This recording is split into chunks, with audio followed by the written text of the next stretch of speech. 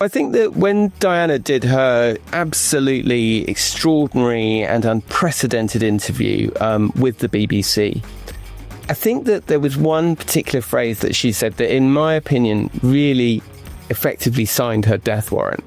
She said that she didn't think that Charles was suitable to be king.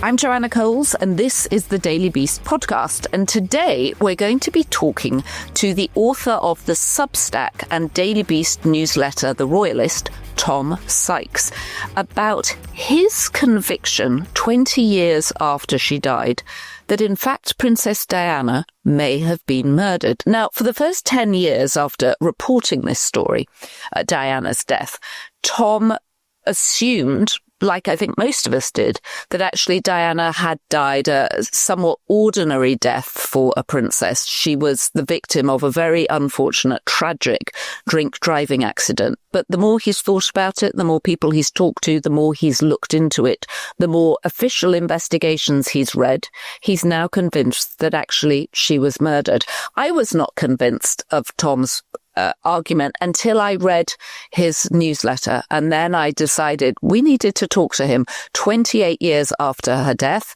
this story will not go away, so let's get into it. Tom, welcome.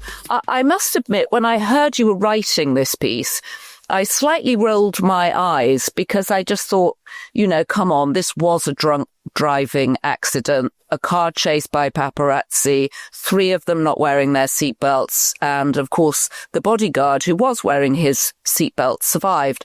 But then I read your piece and I too now have doubts.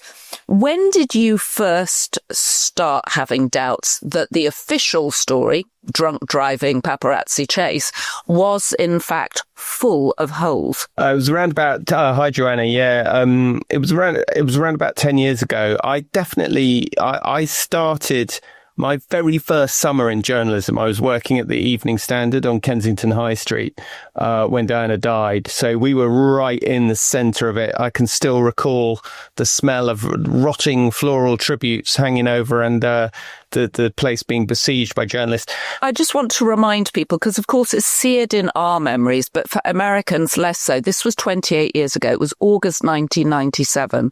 And she was at this point divorced from Prince Charles, but she was the mother of the heir to the throne, Prince William, and of course the spare to the throne, Prince Harry. Yes, and she'd started a relationship with Dodi Fayed, the son of the Harrods owner, Mohammed Al-Fayed, and they were on holiday in the south of France.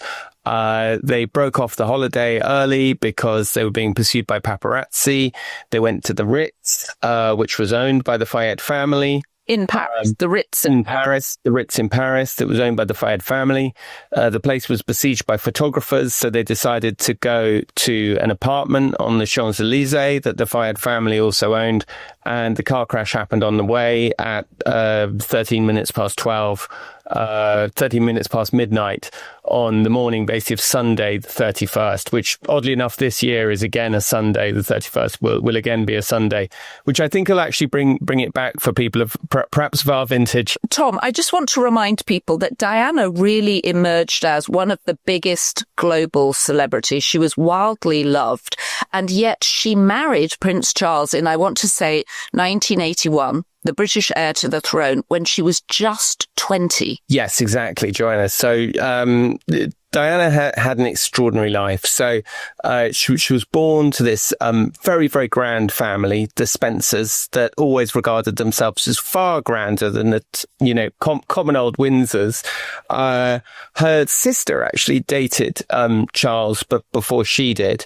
And then when she began dating as he was then, Prince Charles, it had to be vouched that she was a virgin. I mean, it seems unbelievable to imagine now. And of course, Charles, equally hard to imagine, was an international playboy, lusted after by women around the world, and had plenty of sexual experience, not least with his long-term girlfriend, Camilla Parker Bowles, who, of course, we now know as Queen Camilla. And this was really the thing that poisoned the marriage from the beginning, was that Charles had an affair with Camilla from before the time they were married, throughout the marriage, and then subsequently, married Camilla. And there's incredible details in Andrew Morton's book. He wrote this fantastic book with Diana's covert cooperation, saying that, on the eve of the wedding, Diana was in floods of tears because she found that Camilla and Charles had exchanged gifts. Charles had been given some cufflinks with F and G written on them, which stood for Fred and Gladys, which were their nicknames. And so she realized the day before she was getting married that Charles was basically still in love with another woman. And she said to her sister, I don't know if I can go through with it. And her sister famously said, well, you have to, darling, because your face is already on the tea towels, on the myrrh. Can we just remind people, too, why Charles wasn't allowed to marry Camilla? Because Camilla, of course, was married to Andrew Parker Bowles throughout their affair. Why weren't they allowed to get together and just ride off into the future together? Essentially, Charles wasn't allowed. Charles was prohibited and stopped from marrying Camilla because she wasn't a virgin. I mean, it seems incredible these days to imagine that could be a criteria, such a sort of extraordinary medieval notion that the heir to the throne could only marry a virgin. But yeah, I mean, that fundamentally was the reason. It's also extraordinary to think it was only 40 years ago, 1981. I mean, it's extraordinary to think that was the reason. And also because he would be marrying a divorcee, right? So I just want to understand Camilla and Charles's relationship, Tom. When did they actually meet and start dating? So they had been dating since their 20s. They'd met at a polo match. Apparently, Camilla came over to Charles and came up with the immortal chat up line.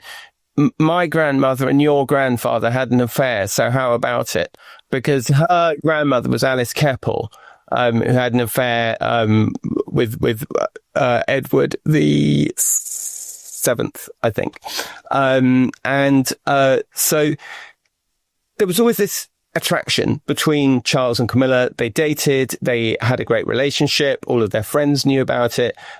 But the thing that's really interesting is that actually lots of people think that Camilla actually used Charles to get Andrew, who was this dashing guardsman, Andrew Parker Bowles, who she subsequently married. She was always much more in love with Andrew Parker Bowles, and he was the prize that she really wanted. So because Andrew was having lots of affairs and dalliances and wouldn't commit and all this kind of stuff, she started having an affair with Charles to make him jealous. So she went up the social hierarchy in Britain and said, okay, here's what I can pull if you're not going to step forward. Exactly. But the relationship between Andrew and Camilla, Andrew Parker Bowles and Camilla Parker Bowles, didn't really work out. He was a well-known kind of man about town and a bit of a philanderer. And Camilla and Charles ended up rekindling their relationship about 2 or 3 years before he got engaged to Diana. So Diana was in this extraordinary situation where on the eve of her wedding, she realized that her husband was involved in a long-term affair with an old girlfriend. And it's obviously just an absolutely hideous position to be in.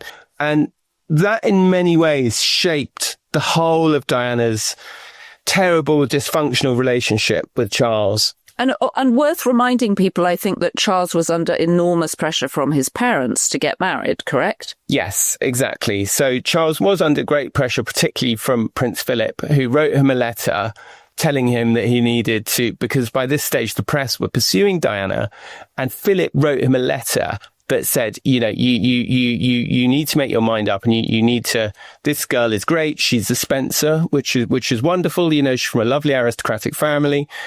She's young. She's a virgin.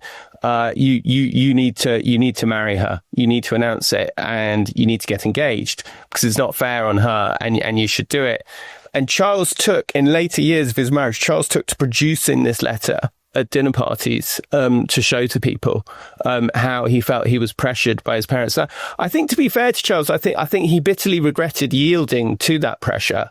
I think that he was very much caught in the system and in the power as well. I mean, neither Charles nor Diana behaved perfectly in their marriage. And Diana, I think, was very candid about that in her famous Panorama interview. This was her interview with the BBC. Her interview with the BBC that she did in 1995 that very much pulled the pin and pulled the trigger on and launched this enormous royal scandal where she said that she was bulimic. She accused Charles. She said that Charles had been having affairs. She admitted that she'd had an affair with James Hewitt. Everything came out. And remember, Harry was only born in 1984, so Harry's only 11 when she gives this interview. William was only born in 1982. So he's only 13. So it was just an unbelievable moment on the public stage, but also an unbelievable moment on the private stage for the family to have your mum doing this kind of stuff. Harry's written about it. William has, about how they were at school at Eton and they were taken aside to watch it and all this kind of thing. But I actually think that when then 2 years later, they formally got divorced. They were only separated at that stage at the time of the Panorama interview, but they got divorced in 1996, so the following year. So I think that when Diana did her absolutely extraordinary and unprecedented interview with the BBC, I think that there was one particular phrase that she said that, in my opinion, really effectively signed her death warrant.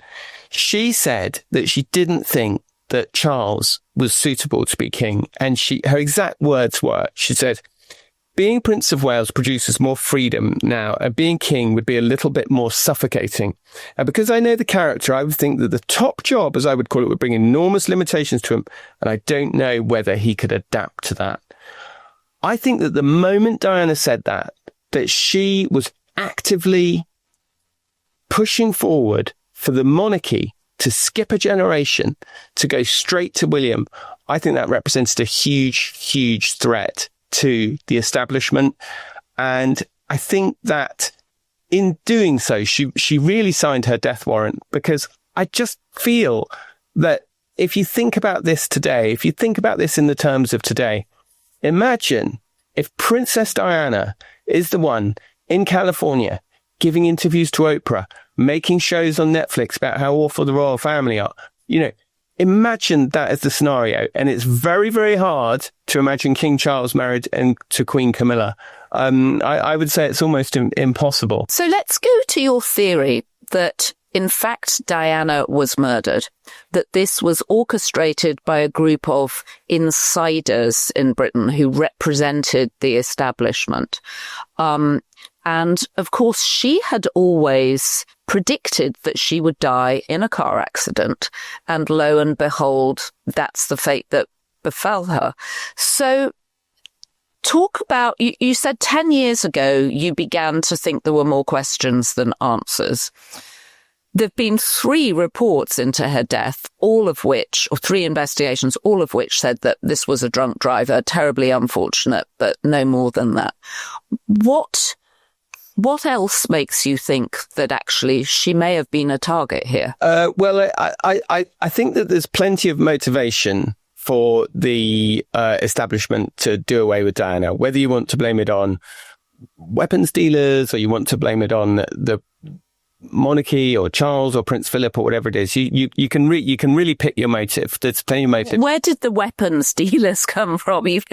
Whoa. Well, that's a huge theory, is that because she was engaged in this very vocal anti-landmines campaign, that provoked a sort of cabal of weapons dealers to offer. I don't particularly buy that. I don't think that there was ever any realistic chance that weapons were going to be banned because of Princess Diana. There was a theory that the Oslo conference, 2 weeks after her death, landmines were going to be banned, and that Bill Clinton was going to sign up to the ban on landmines. Then after Diana died, that didn't go ahead. But I think it's a bit of a distraction. But the point here is that there's plenty of people with a motivation to do away with Diana. And I think really all stemming from her very vocal opposition to Charles is really the key thing that I focus on and that I think is the most important thing. And the one thing, right, that everybody knows about Princess Diana's death is that the driver was drunk, right? Isn't it? Right? That's the one thing that everybody knows. Henry Paul, the French driver, who was seen drinking in the bar of the Ritz and wasn't expecting to drive that night, right? Was seen having a pastis in the bar of the Ritz, and might have been expecting not to drive, but was being kept there in case they did want to go somewhere. So as Harry said in his book, anyway, we'll get on to what Harry said in his book, but the key point, right, is that everybody knows that Henry Paul was drunk. But here's the thing. The blood tests that came back that were done by the French police in the first inquiry said that he had a carbon monoxide concentration in his blood of 20.7%. Okay. Now, if you had 20% carbon monoxide in your blood, you wouldn't quite be dead, but you'd find it pretty hard to sit up straight and hold a conversation. You'd certainly find it very hard to do what Henry Paul is seen doing as he leaves the Ritz Hotel, which is to stop, lift one foot up off the ground and tie your shoelace. Now, that is not the kind of thing you can do with 20% carbon monoxide in your blood. And you also can't drive a car at 100 miles an hour through the streets of Paris, right? But now that it's just not disputed that's what the blood test said. And when Operation Paget reviewed, which is the British police inquiry, basically into Mohammed Al-Fayed's allegations of all these different things. So all of these details about Henry Paul having this very high carbon monoxide sample in his blood were studied by a British police operation called Operation Paget. Very important to understand this story, what Operation Paget is. It was an inquiry into claims made by Mohammed Al-Fayed, the owner of Harrods, a byword for the place that the British establishment shop for luxury and wealth, who was also the father of Diana's boyfriend at the time, Dodi, who was also killed in the crash, and definitely not seen as ideal father-in-law material. I mean, even to the extent that he for many years struggled to get a British passport, let alone be the father-in-law of the future king. So the British police had this Operation Paget, which was an investigation into all the claims by Mohammed Al-Fayed, who, by the way, strongly believed that Diana was murdered and insisted that to his dying day, insisted that Diana was pregnant, insisted that the reason she was murdered was because the British establishment couldn't bear the idea of a future king having a Muslim half-brother or the king's mother being married to a Muslim, and insisted that Dodi and Diana were engaged or were planning to get engaged, that Dodi had bought a ring at this jeweler's in France, where there is, I have to say, CCTV of Dodi going in and buying a ring called the Say Yes ring or something like this. So he raised a lot of Mohammed Al-Fayed raised a lot of these things and complained about them to the police, and the police investigated them in this very extensive investigation called Operation Paget, which you might hear me referring to, and it comes up in the story that I wrote. Now, one of the things that Operation Paget looked at was whether there was an argument to say that the blood samples taken from Henry Paul were accurate, and they concluded that they weren't. They concluded that there's no way, as I said, that a man with 20% carbon monoxide could walk along the corridor, bend over, tie his shoelaces, stand up, get into a car and drive it. And it's extraordinary, Joanna, because they just say in it, they just say, well, the most likely explanation is that the blood samples were adulterated or mixed up or confused. Wow. And yeah, nobody contests the fact that the other samples that we used to check for his alcohol level, and it came back saying he was on alcohol, he was on drugs, he was all these things. no one ever says, well, hang on, these were done by the same labs that have, mixed up the blood samples of the driver of what even then was the most high-profile road crash ever in the history of the world. I mean, I just don't find it conceivable. Well, then usually what you do in that situation is you do what's called DNA matching, right? So you take the DNA from the blood sample that you've tested and you check it against a piece of hair from the corpse, basically, and you see if they match. Well, they couldn't do that because Henry Paul was buried. The French have consistently refused to exhume him or anything like that. There's a myth that Henry Paul was cremated in like 5 hours afterwards. That's not true. He was buried in normal time frame, about a week or 10 days afterwards. But they've never done the DNA matching. This is what you find over and over again in this story, is that it's all kind of hidden in plain sight. And I think what for me feels incredibly convenient, if you believe, like I do, that Diana was murdered, is that it happened overseas. It happened in France. So anything that happens where you say, well, hang on, they mixed up the blood samples, the British police can go, well, that's just how they do it in France. You can't get the DNA sampling. No, sorry, he's been buried. You can't exhume him and check it. No, sorry, in France, I mean, they're too busy, I don't know, eating their baguettes or whatever, or blah, blah, blah. So it all becomes very deniable. Okay, yeah, so it's incredibly easy to deny because everything falls through the cracks of the translation, of it being done in France or it being done here. And, this is not the only case, right? So I just highlight 3 really specific things in my story. There's plenty more if you want to look for them. The one is that blood test with Henry Paul. The second is the fact that Diana was embalmed, which I just find absolutely extraordinary. It's hard to imagine if, King Charles was killed in a road traffic accident, that within 8 hours of his death, all of his blood would be drained out of his body, incinerated, disposed of, and replaced with formaldehyde, thereby prohibiting the chance of any further toxicology tests. But that's what happened to Diana. And again, when Paget said to the French police, why did you do this? The French police said, that's just how we do things here. We wanted the body to look presentable when Charles and Diana's sisters arrived to view it. It was a very hot day. I'm sorry. Dodi's body wasn't embalmed, right? So do you know what I mean? Like none of it sort of adds up, and it all just seems incredibly, incredibly convenient. What about the theory that you refer to in your piece, that this is a sort of conspiracy theory, and actually nearly always it's the cock-up theory that, this happened at a weekend, that it could have been a junior person that said, for goodness sake, embalm the body. We must make it look presentable. She's a princess.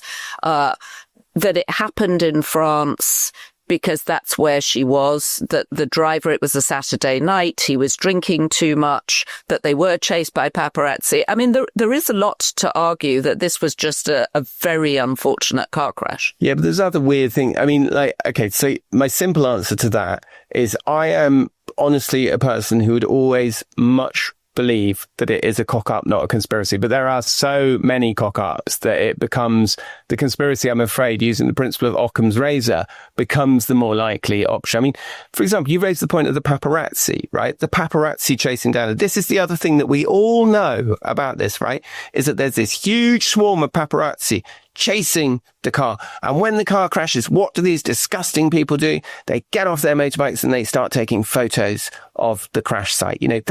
That's what happens, right? That's the story that we all know. Where are all these paparazzi? Who were they?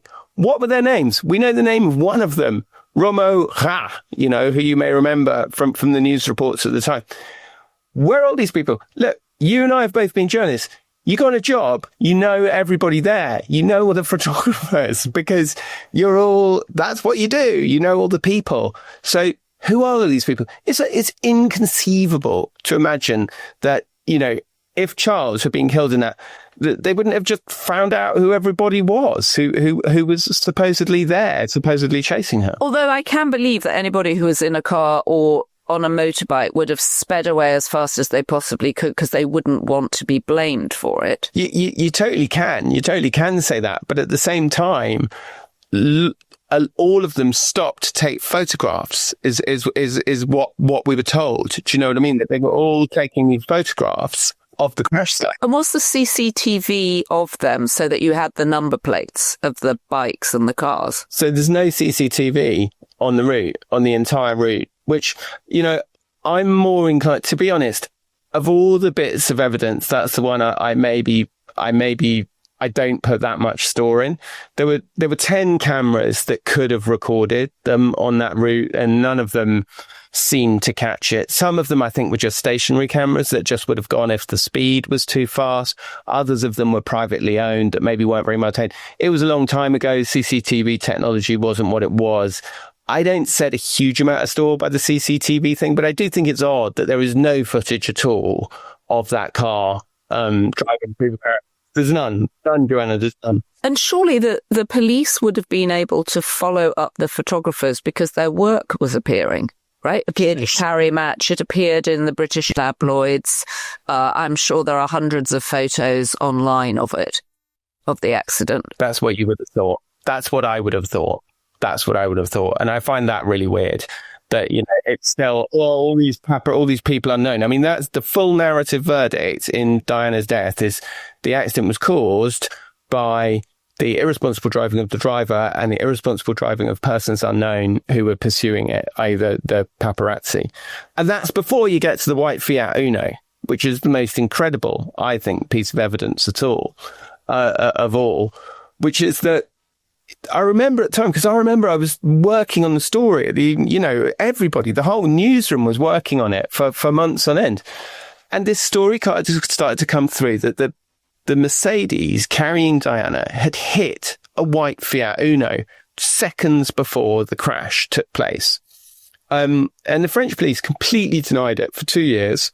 And then they finally had to admit it when they found paint samples on the Mercedes that matched Fiat Uno. I suppose Fiat were able to say this is what the paint sample is. And lo and behold, the car that they were driving clipped a Fiat Uno that was in front of them. As far as I can tell, it happened just as the Mercedes went into the tunnel. The car was, I believe, being driven by a freelance photographer called James Andanson. James Andanson, the French police said that it wasn't his car. So Paget just accepted, well, the French police said it wasn't his car. They did their inquiries and they couldn't. And then it's like, yeah. And so we checked with the French police why they definitely thought it wasn't his car. And his wife said that he was in Corsica doing a story. And his son said that he was covering the grape harvest in Beaujolais. So, you know, first of all, like two completely different alibis for the guy, never resolved, you know. And again, this thing, well, it's just what the French police said, you know, they're a bit inefficient, they're a bit rubbish, you know, blah, blah, blah. But so it was never proved that it was Andanson's car, but we do know that the car was resprayed a week later, and Andanson certainly owned a car like this.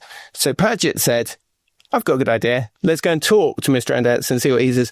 Oh, sorry, you can't. He committed suicide in the year 2000 and was found dead in a burnt out car. I mean, it's just, do you know what I mean? It's absolutely crazy. So the driver of the Fiat Uno, who was in theory clipped by the Mercedes, which had Dodie and Diana in it, driven by the drunk French driver Henri Paul, he committed suicide. Yeah. That's an extraordinary detail too. Yeah. The other thing I do find interesting, and again, you have a clip of it in your column, is this idea that Diana actually foresaw her own death and thought it would be in a car crash because someone would have tampered with the brakes. Yeah. So Diana wrote a letter to Paul Burrell, who was her butler, who kept a lot of documentary evidence. And in it, she says, my husband is planning an accident in my car. My brakes, the brakes will fail. It's often disregarded because in that note, Diana went on to say that Charles was planning to marry the boy's nanny, and that he was going to dispose of both her and Camilla. So it could be, look, I totally accept that Diana was completely paranoid. Her own kids have said that she was paranoid, and it could have just been an incredibly unfortunate coincidence. But it does seem like a huge coincidence when someone says, I'm going to die in a staged car crash, and they die in a car crash, staged by my husband. I think in normal circumstances, you'd expect to spend a night at a police station answering a few questions from the police. And, the whole thing is just absolutely, it stinks to high heaven, really. And look, I'm not alone in thinking this. Prince Harry thinks this. Do you know what I mean? I'm not some fringe doctor. Well, I was just going to ask you, what do her sons think of this? And obviously Prince William getting ready to ascend the throne at some point, and Prince Harry, riding the polo fields in Montecito. What do they think about this? So the most that we know about it is what Harry wrote in his book. And he said that he talked to his brother about it after the inquest, and that they agreed that the verdict was simplistic and absurd. And he makes this incredibly interesting comment. He says, the idea that this was just caused by a drunk driver, he says, and I hope you'll excuse the Anglo-Saxon. He says in his book, even if the man was shit-faced, he'd have been able to drive through that tunnel. So he's writing this in his book Spare, in his memoir Spare, right? Which came out when he moved with Meghan Markle to America and went on to be, I think, the second biggest non-fiction bestseller after the Bible. Yeah, it's been an absolutely huge commercial hit for Harry. Probably one of the few commercial hits he could have. Lifted the lid on all the secrets of the royal family, the feud with his brother and all of that. But for me, this was an incredibly telling passage that Princess Diana's son, and he also says, by the way, in the book, that he's seen all the files that MI6 hold on the accident. So I thought that was an incredibly telling detail, and that William agreed with him at the time. Now, William's has kind of moved on and made peace with it or whatever and accepted what it is. And William, I think, understands that his job now is to, keep the monarchy together for the next generation. But I really wonder whether that's what the big Netflix film is going to be in 2 years' time. Like, I've been told that Harry is planning to make a film about his mother for Netflix. And I think if there's anyone, I think it's very, very hard for anyone to get answers this 28 years later, 30 years later. If there's anyone who can get the answers, it's Harry. And I really hope that he does it, because I have to say, I don't know if you read Spare, but the first third of that book, where Harry's talking about being at Balmoral and the relationship with his mother, and it's crazy. It's almost like a Wes Anderson film. Every door you open, Prince Charles is behind it doing a headstand. Yeah, exactly. And the fish fingers arrive with a big silver cloche on them and are pulled off, for him. And William, he has to climb a ladder to get into bed because the bed's so huge.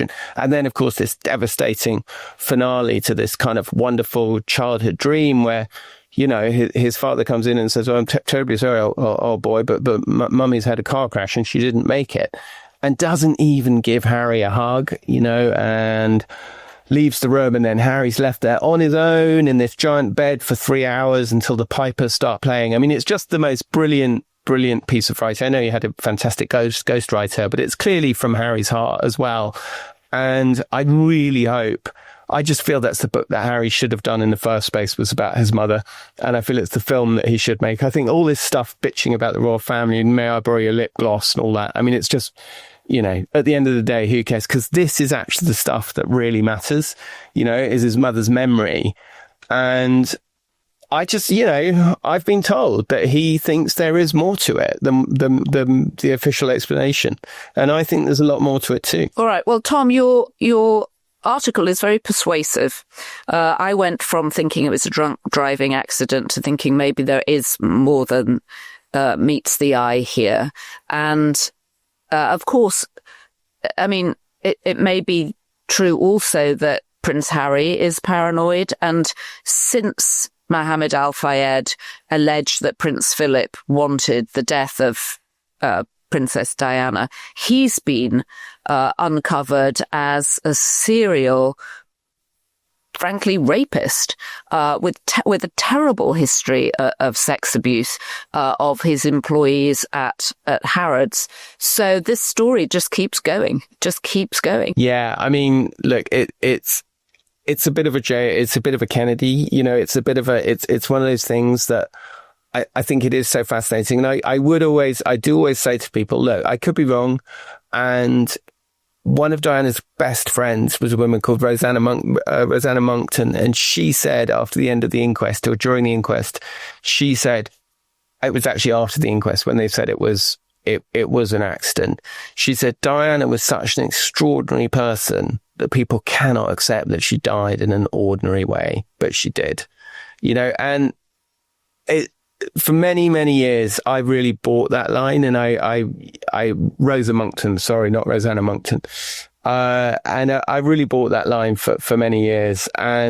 But I just feel like the more you look at it, and we're all a bit more skeptical, I think, these days of what our governments might be up to and those kinds of things. So much stuff has come to light of the kind of covert actions and that kind of stuff. Well, I think more has come to light about how certain members of the royal family treat each other. Like, one of the most shocking revelations in Harry's book was just this idea that members of the family leak information about each other to the press. Yeah, and there's a huge narrative going on with that at the moment in the UK. The British press seems to have sort of massively turned against William and Kate.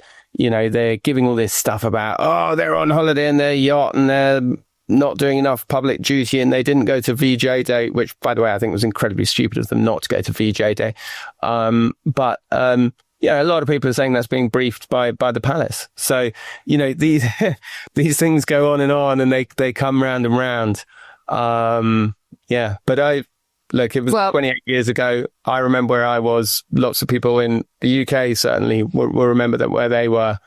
And I just think that I'm not calling for the inquest to be reopened or anything like that. I don't think there's anything to be gained. But I think it's a really, really, really interesting story. And I think the holes in the story are just so fascinating because it's all just hidden in plain sight. I spoke to this one guy, John Conway, who wrote this great play called Truth Lies Diana, all about Diana's death. And he was so funny. I spoke to him about it. I've spoken to him about it over the years. And I was speaking to him about it the other day. And he said, do you know what? He said, look, I'm a TV writer. I've spent my life writing gags about Basil Brush, you know, for the BBC, who's a kind of kid. That's a puppet. Yeah, he's a puppet for Americans who are not aware of Basil Brush. He said, yeah, I write about a kid's puppet, and I was able to find this stuff out because it's all just hidden in plain sight. You know, they just say, yeah, well, yeah, maybe the bloods were mixed up. I'm sure it was just an innocent mistake. Maybe they didn't find the guy who drove the Fiat Uno for 2 years. They said he died, and you know, it's all so sort of. There's not even any attempt to cover it up, really, as far as I can see. Tom Sykes, thank you very much. Anybody wanting to find out more about this, I urge you to read Tom's piece in the Royalist newsletter, which can be found at the Daily Beast or on Substack. And Tom, we look forward to having you back. And I'm very intrigued about Harry's film about his mother, which I didn't know about. Yeah.